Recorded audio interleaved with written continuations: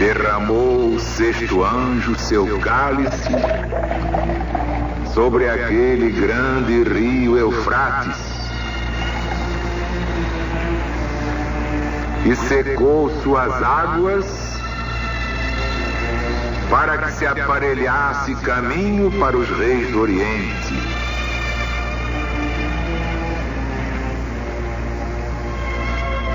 E eu vi saírem da boca do dragão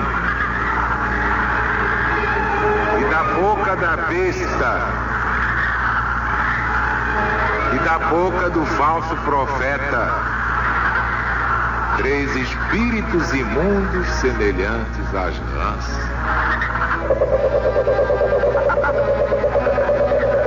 Estes, pois, são espíritos de demônios que fazem prodígios e vão aos reis de toda a terra para os ajuntar para a batalha no grande dia do Senhor Deus Todo-Poderoso.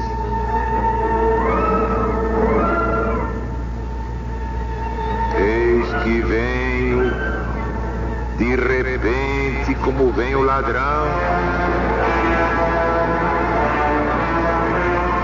Bem-aventurado aquele que vigia e guarda as suas vestes, para que não ande nu e vejam a sua vergonha.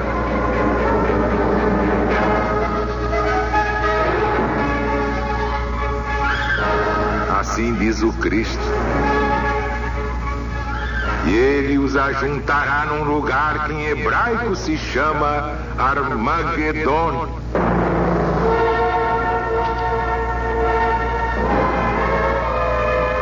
E o sétimo anjo derramou seu cálice pelo ar e saiu uma grande voz do templo, da banda do trono, que dizia: está feito.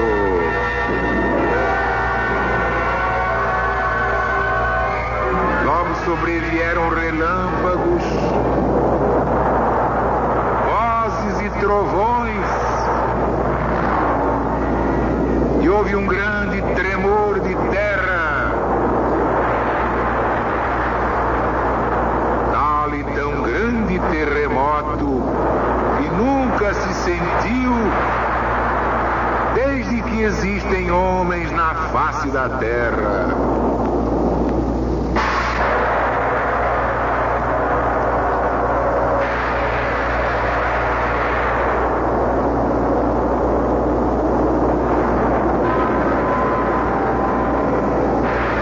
E a grande cidade foi dividida em 3 partes.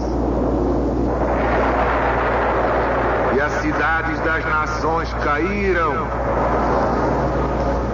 E Babilônia, a grande, veio em memória diante de Deus para lhe dar a beber o cálice do vinho da indignação da sua ira. E toda a ilha fugiu.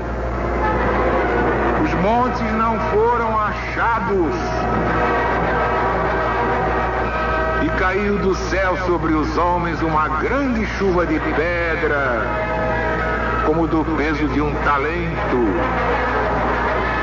E os homens blasfemaram de Deus por causa da praga da pedra, porque foi grande em extremo.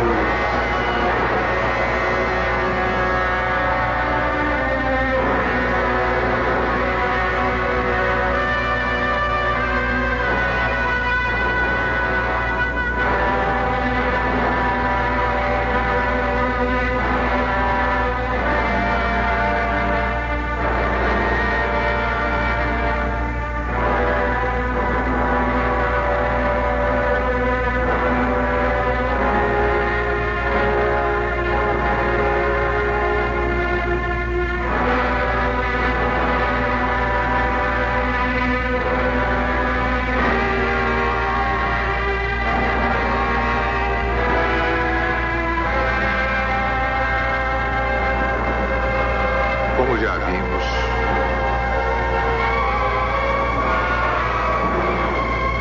derramou o sexto anjo seu cálice sobre aquele grande rio Eufrates e secou suas águas para que se aparelhasse caminho para os reis do Oriente.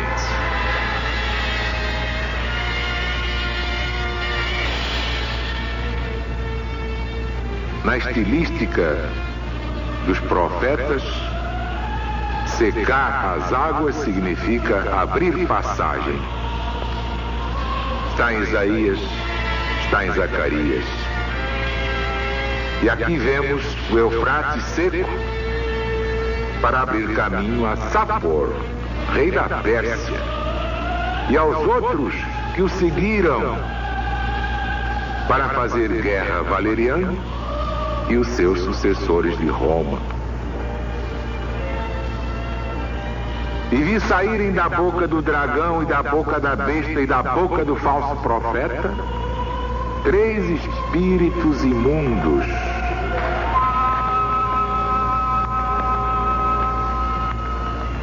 Estes, pois, são espíritos de demônios e fazem prodígios e vão aos reis de todo o mundo para os juntar para a batalha no grande dia do Deus Todo-Poderoso.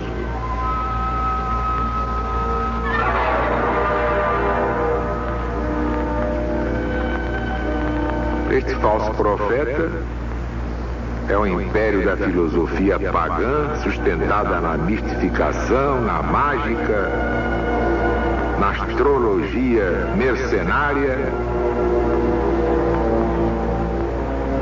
e tudo à mercê de 3 espíritos imundos, semelhantes às rãs, espíritos de demônios que fazem prodígios, e tudo mostra que estes 3 espíritos são os mágicos, os adivinhos, os astrólogos vendilhões, mentirosos, achacadores, que em todas as épocas animam os príncipes para subir na vida e tirar vantagem da sua astrologia. Esses de que fala o Apocalipse procuravam influenciar os poderosos contra os cristãos, usando sempre seus prestígios e falsos milagres. Ora, serem 3 as bocas de onde esses 3 espíritos saíam, está demonstrando 3 tempos em que os mágicos valeram muito com os imperadores. O primeiro é Valeriano, ao qual este trecho do Apocalipse particularmente se refere. Dionísio de Alexandria faz menção de um chefe de magia que incitou esse príncipe a perseguir os cristãos, metendo-lhe na cabeça que tudo ia sair muito bem. Basta ler Eusébio. O segundo é Diocleciano, famoso adivinho chamado Tages, se servia das suas adivinhações para o irritar contra os cristãos. O mesmo príncipe mandou a outro adivinho que fosse consultar o oráculo de Apolo, e ele lhe trouxe ordem do oráculo que perseguisse os cristãos. Basta ver capítulo 11 de Lactâncio. Na mesma perseguição, outro mágico por nome Teuteco erigiu um ídolo de Júpiter, que preside as amizades, e pelos seus falsos milagres, pelos seus falsos oráculos que dele se davam, fez que Maximiano se enfurecesse contra os cristãos, assegurando-lhe que Deus mandava que ele, imperador, exterminasse os cristãos. Basta ver o livro de Eusébio. Finalmente, terceiro, é Juliano Apóstata, que esse estimava e acreditava nos astrólogos e adivinhos, entre todos aquele famoso Máximo, cujos embustes Eunápio descreve muito bem. Esse foi o que prometeu a Juliano uma vitória certa contra os persas. Ora, vimos que justamente o contrário é que aconteceu. Os persas ganharam. Então, depois da derrota de Juliano, todos voltejavam dizendo: ó Máximo, onde estão as tuas máximas?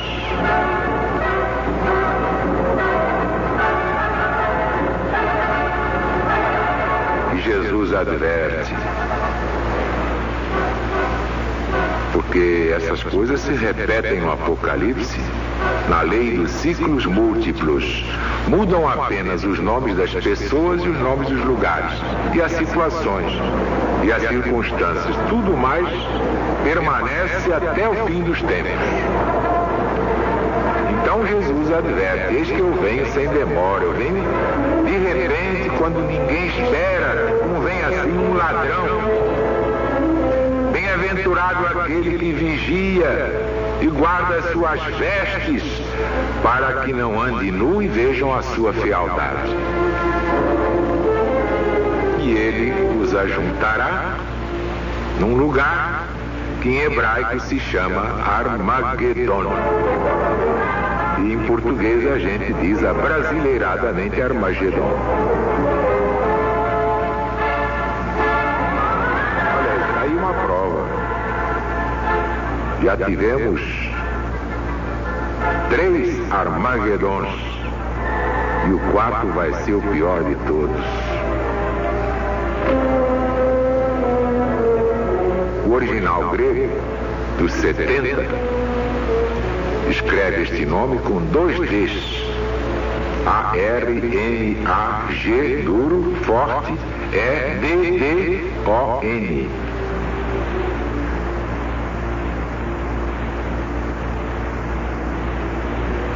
E assim também o escreve a Vulgata Latina. Segundo a etimologia hebraica, Armagedon quer dizer Monte Magedon, por alusão, porém, ao que aconteceu a vários reis em Magedon. O lugar que em hebraico se chama Magedon é o lugar onde os grandes exércitos são derrotados. O lugar onde os reis morrem, porque Isara e os reis de Canaã foram mortos em Magedon.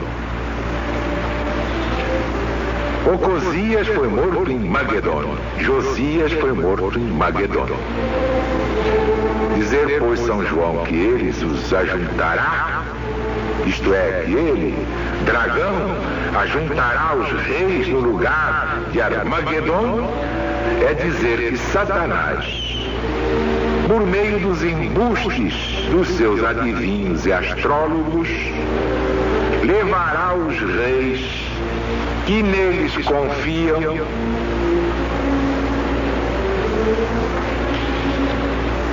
ao lugar da sua destruição própria, da sua morte. Foi o que aconteceu a Valeriano e Juliano Apóstata, porque ambos foram desbaratados pelos persas, seus vencedores. Mas o próximo Armagedon, na 4ª volta cíclica, é uma coisa trágica demais. Por favor, lembre-se que eu não inventei nada. O autor do Evangelho é Jesus. E este Apocalipse é o Evangelho moderno por excelência, é de Jesus, ditado a João na ilha de Patmos. E os 7 sétimo anjo derramou seu cálice pelo ar e saiu uma grande voz do templo, da banda do trono, dizendo: está feito. O sétimo anjo. No ar se formam as tempestades e os raios. No Império Romano, depois do cativeiro e morte de Valeriano, tudo se abalou, tudo se inquietou com a invasão e hostilidades das nações bárbaras, as quais, com repetidos golpes, arrasaram Roma de ponta a ponta. E saiu uma grande voz: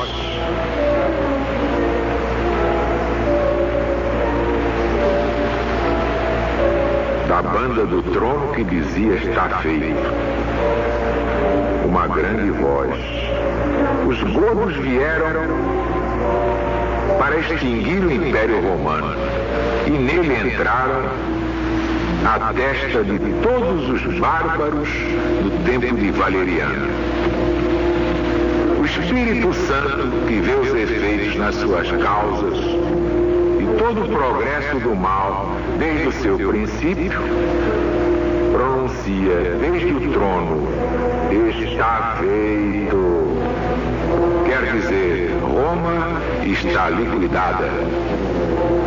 Roma está perdida.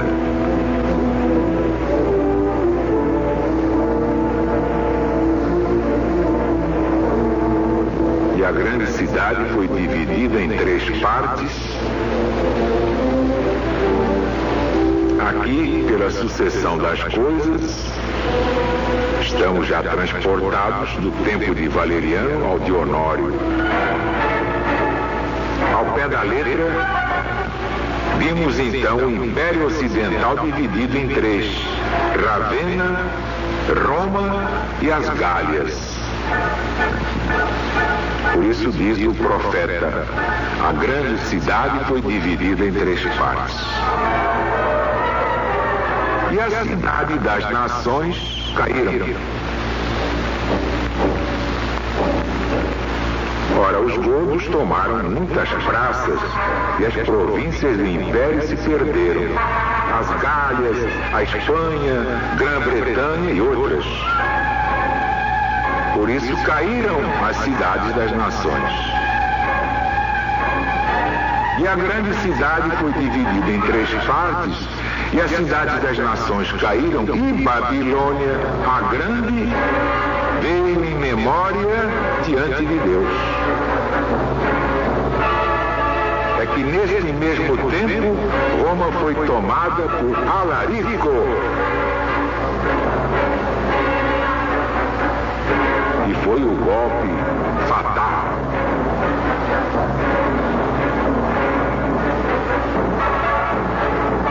Toda a ilha fugiu. Os montes não foram achados. Assim representam os profetas a ruína dos grandes impérios. Basta ver o Êxodo, capítulo 26, estudar São Jerônimo sobre Ezequiel, dizendo que a perda de Roma pareceu que se perdia todo o universo. E de fato, Roma era o poder absoluto naquele tempo. E depois quis ser espiritualmente falando. Nas outras voltas cíclicas, o dragão retornou. A besta retornou. Os 3 espíritos imundos retornaram, com outros nomes. Quais são eles, hein?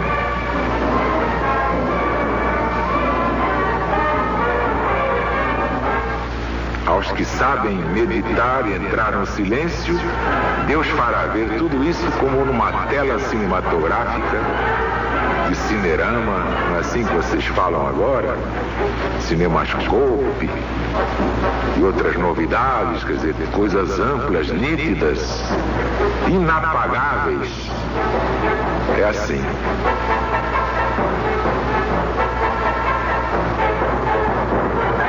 Toda da ilha fugiu. E os homens blasfemaram de Deus por causa da praga. Imaginaram cair do céu sobre os homens uma grande chuva de pedra, como do peso de um talento? Eu até estou falando baixinho hoje para não apavorar ninguém. Os homens já se apavoram com a chuvinha. Imagine chuva de pedra, hein? Então os homens blasfemaram de Deus por causa da praga da pedra, porque foi tremenda. As blasfêmias continuaram em toda a cidade.